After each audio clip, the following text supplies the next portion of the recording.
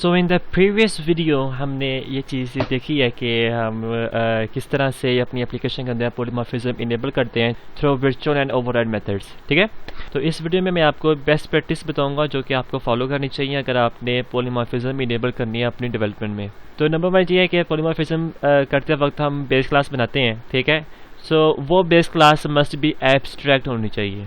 So first let's talk about what is an abstract class. तो abstract class normal class की तरह होती है। The only difference is between abstract class and normal class is कि abstract class के अंदर कोई भी इम्प्लीमेंटेशन डिटेल नहीं होती। ठीक है, क्योंकि उसकी वजह यह है कि पॉलीमॉर्फिज्म हमें कहता है कि जो भी इम्प्लीमेंटेशन होनी चाहिए वो उसके चाइल्ड में होनी चाहिए। जिस तरह हमने प्रीवियस वीडियो में देखा कि जो रन मेथड है उसकी जो एक्चुअल इम्प्लीमेंटेशन थी वो उसके चाइल्ड कार्ड क्लास के अंदर थी। ठीक है, वहाँ पे हमने उस मेथड को ओवरराइड किया हुआ था। इसलिए जो बेस्ट प्रैक्टिस है जो कि कम्युनिटी हमें कहती है पॉलीमॉर्फिज्म को यूज़ करते हुए, वो कहते हैं कि जो बेस क्लास है that must be an abstract class. तो उसका मैं आपको ज़रा थोड़ा सा डेमो देता हूँ कि एब्स्ट्रैक्ट क्लास किस तरह बनाते हैं। आप डिस्क्रिप्शन में आए और यहाँ पे हम क्या करेंगे कि क्लास बनाएंगे सेम वैसे जितना ट्रांसफार्मर था उसका एक चाइल्ड होगा जो कि कार होगा। ठीक है, तो इधर इसका नाम है ट्रांसफार्मर। ठीक है, तो अभी ये क्लास नॉर्मल है, इसको जब आपने एब्स्ट्रैक्ट करना है तो उसके लिए आप यहाँ पे एब्स्ट्रैक्ट का कीवर्ड लगा दें। तो जब हमने एब्स्ट्रैक्ट का कीवर्ड लगा दिया ना, इससे एक तो फ़ायदा ये है कि हमें इम्प्लीमेंटेशन इसके अंदर नहीं बतानी पड़ती। तो दूसरा ये है कि एब्स्ट्रैक्ट क्लास का ऑब्जेक्ट कभी भी नहीं बनता। ठीक है, आप यहाँ पे देखें कंट्रोल टैब आप दबाएं और यहाँ पे आके ना आप लिखें ट्रांसफार्मर। मैं अभी लिखूँगा तो नहीं शो होगा क्योंकि इंटेलिजेंस कह रही है कि नेम स्पेस आप इंक्लूड करो, वो हम कर देते हैं। तो जब मैं ट्रांसफार्मर का ऑब्जेक्ट बनाऊंगा तो यहाँ पे एरर आ जाएगा, वो ये है कि can not create an instance of the abstract class. क्यों? क्योंकि ये रूल है। अब आपके माइंड में ये है कि वेल हम ऐसी क्लास क्यों बनाएंगे जिसकी इम्प्लीमेंटेशन नहीं है और ना ही उसका कोई ऑब्जेक्ट बना सकते हैं। वेल बिलीव मी, ये वो क्लासेस होती हैं कि जिनका बहुत फ़ायदा होता है। इन्हीं क्लासेस की वजह से हमारे प्रोग्रामिंग के अंदर लूजली कपलिंग बहुत होती है, हमारी कोड के अंदर फ्लेक्सिबिलिटी बहुत ऐड होती है। वेल इस सब का आंसर अभी आपको मिलता है। तो मैं इस लाइन को रिमूव कर देता हूँ कंट्रोल एल प्रेस करके, मैं ट्रांसफार्मर में वापस आता हूँ। वेल अगर हम एब्स्ट्रैक्ट क्लास के अंदर कोई भी इम्प्लीमेंटेशन नहीं कर सकते then what is we can do. तो हम इसके अंदर मेथड्स बनाते हैं लेकिन हम उसकी इम्प्लीमेंटेशन नहीं बताते, हम एब्स्ट्रैक्ट मेथड्स बनाते हैं। ठीक है, तो एब्स्ट्रैक्ट मेथड क्या होते हैं कि आपने सिर्फ मेथड का सिग्नेचर बताना होता है, उसकी इम्प्लीमेंटेशन नहीं बतानी होती। तो एब्स्ट्रैक्ट मेथड हम उसी तरह लिखते हैं कि जिस तरह वर्चुअल मेथड लिखते हैं। The only difference between virtual and abstract method is abstract don't have any implementation detail. Okay, तो यहाँ पे हम पब्लिक एब्स्ट्रैक्ट लिखेंगे, वॉइड और रन। प्रीवियसली आपको याद है कि जब हमने वर्चुअल बनाया था तो यहाँ पे हमने वर्चुअल लिख दिया था, बाकी सारा कुछ वैसे था और यहाँ पे ना ये था। ठीक है, इम्प्लीमेंटेशन थी उसकी। अब जब हमने पॉलीमॉर्फिज्म इसके अंदर इनेबल करनी है ट्रांसफार्मर के अंदर तो मुझे उसके डिफरेंट फीचर्स की क्लासेस बनानी पड़ेगी, जैसे क्लास की है या फिर बोट की है या फिर हेलीकॉप्टर की है। तो मैं अभी सिंपल कार से स्टार्ट करता हूँ। मैं द क्लास बनाता हूँ कार। ठीक है, that car class must inherit from the transformer.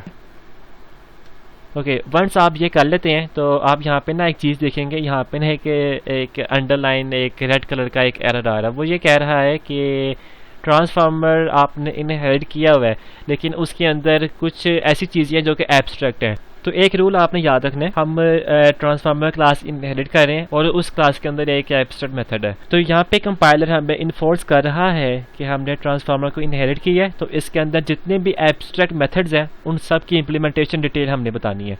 तो इम्प्लीमेंटेशन डिटेल आपने किस तरह बतानी है, आप क्या करें कि ट्रांसफार्मर के ऊपर क्लिक करें, कंट्रोल डॉट प्रेस करें। जैसे ही आप कंट्रोल डॉट प्रेस करेंगे तो वो बताएगा कि इस क्लास के अंदर जितने भी एब्स्ट्रैक्ट मेथड है उसको हम इम्प्लीमेंट कर देते हैं। तो जैसे ही आप कंट्रोल डॉट प्रेस करेंगे ना तो वो ऑटोमेटिकली बता देगा कि ये वाला एब्स्ट्रैक्ट मेथड है जो कि ट्रांसफार्मर में डिफाइन था, इसकी जो इम्प्लीमेंटेशन है वो मैं कार में कर देता हूँ। तो बिल्कुल आपने करनी, एंटर प्रेस कर दें। तो जैसे हमने एंटर प्रेस किया तो जो इसकी इम्प्लीमेंटेशन है वो ऑटोमेटिकली यहाँ पे आ गई है। ठीक है, हुआ बस ये कि सिंटैक्स उसने खुद ही लिख दिया, हमारा टाइम उसने सेव कर दिया। तो यहाँ पे एक एक्सेप्शन थ्रो हो रही है, throw new non implemented exception. इसका मतलब है कि ये मेथड है या भी एम्प्टी है, इसके अंदर कुछ भी नहीं लिखा हुआ। तो मैं क्या करता हूँ कि यहाँ पे सिर्फ मैं करता हूँ CW रन कार। ठीक है, मैंने इम्प्लीमेंटेशन बता दी है। तो अब जब मैं प्रोग्राम क्लास के अंदर आऊँगा तो प्रोग्राम क्लास के अंदर मैंने क्या करना है कि ट्रांसफार्मर का वेरिएबल मैंने बना लेना है। ठीक है, और ऑब्जेक्ट मैं बना लूँगा कार का। Now when I execute run method, तो क्या होगा कि चूँकि जो रन मेथड है वो ट्रांसफार्मर की क्लास में सिर्फ एब्स्ट्रैक्ट है, तो ऑब्वियसली वो वाला एग्जीक्यूट ही नहीं होगा। ठीक है, तो कौन सा एग्जीक्यूट होगा, जो कि इसने जिसका ऑब्जेक्ट होल्ड किया हुआ ना उसके अंदर जो रन का मेथड है जो कि ओवरराइड हुआ हुआ है, सीधे वही वाला एग्जीक्यूट होगा। तो मैं कंट्रोल F5 प्रेस करूँगा तो देखिएगा यहाँ पे जो कोड रन का एग्जीक्यूट होगा तो वो वाला एग्जीक्यूट होगा जो कि कार क्लास ने इम्प्लीमेंट किया हुआ है। कंट्रोल F5, तो देखिए अब यहाँ पे डिस्प्ले हो गया है रन कार। ठीक है, अब इसी एग्जांपल को ज़रा और आगे लेके जाते हैं। तो मैं क्या करता हूँ कि इसी क्लास के अंदर आता हूँ और इधर एक और क्लास बना लेता हूँ, क्लास बोट। और बोट क्लास भी इनहेरिट कर रही है ट्रांसफार्मर से, कंट्रोल डॉट, और ये भी इम्प्लीमेंट हो गई। ठीक है, और इसके अंदर मैं लिख देता हूँ रन बोट। ठीक है, सिमिलरली मैं क्लास बना लेता हूँ हेलीकॉप्टर। तो हेलीकॉप्टर भी ट्रांसफार्मर से इनहेरिट हो रही है, और कंट्रोल डॉट प्रेस करके इसके अंदर जो एब्स्ट्रैक्ट मेथड है उसको इम्प्लीमेंट कर लें।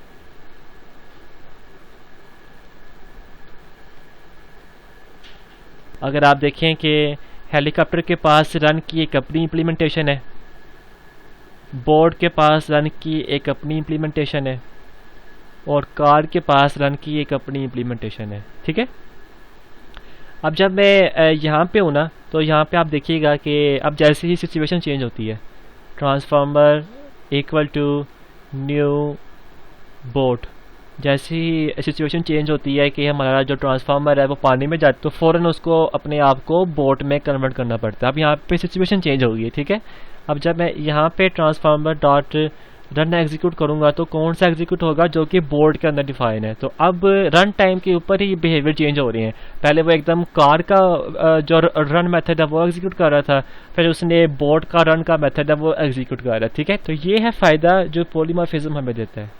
तो मैं इधर एक और बना लेता हूँ, सिचुएशन फिर चेंज हो गई है, मैं अब हवा में हूँ। ठीक है, हेलीकॉप्टर ट्रांसफार्मर डॉट रन।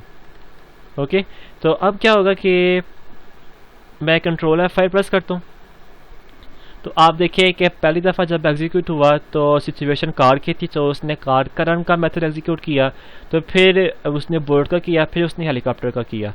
तो अब यहाँ पे ना आप एक चीज़ देखें कि इस तरह जो हमारी कोडिंग है वो कितनी अच्छी हो गई है। तो देखें जो ट्रांसफार्मर वेरिएबल है वो कितना फ्लेक्सिबल हो गया है कि वो अपने पास कार का ऑब्जेक्ट भी होल्ड कर रहा है। क्यों कर रहा है? क्योंकि उसने उसको इनहेरिट किया हुआ है। ठीक है, इसी तरह आप देखें कि ट्रांसफार्मर इतना फ्लेक्सिबल है कि वो बोर्ड को भी हैंडल कर रहा है और वो हेलीकॉप्टर को भी हैंडल कर रहा है और उनके डिफरेंट बिहेवियर्स को भी हैंडल कर रहा है और रन टाइम में उनके डिफरेंट बिहेवियर्स को भी एग्जीक्यूट कर रहा है। तो आई होप आपको पॉलीमॉर्फिज्म की अब सही समझ आई है कि पॉलीमॉर्फिज्म क्या है। सो अगर आपको किसी भी पॉइंट में अगर अभी थोड़ी सी कंफ्यूजन रह गई है तो प्लीज़ आप कमेंट सेक्शन के अंदर मुझे बता दें, तो मैं क्या करूँगा कि आपको उसको एक्सप्लेन कर दूँगा। अगर मुझे लगा कि मुझे मज़ीद वीडियो बनानी चाहिए आपको समझाने के लिए तो मैं वो भी बना दूँगा। तो बस मुझे बताएं, मैं आपको उसका सलूशन प्रोवाइड कर दूँगा।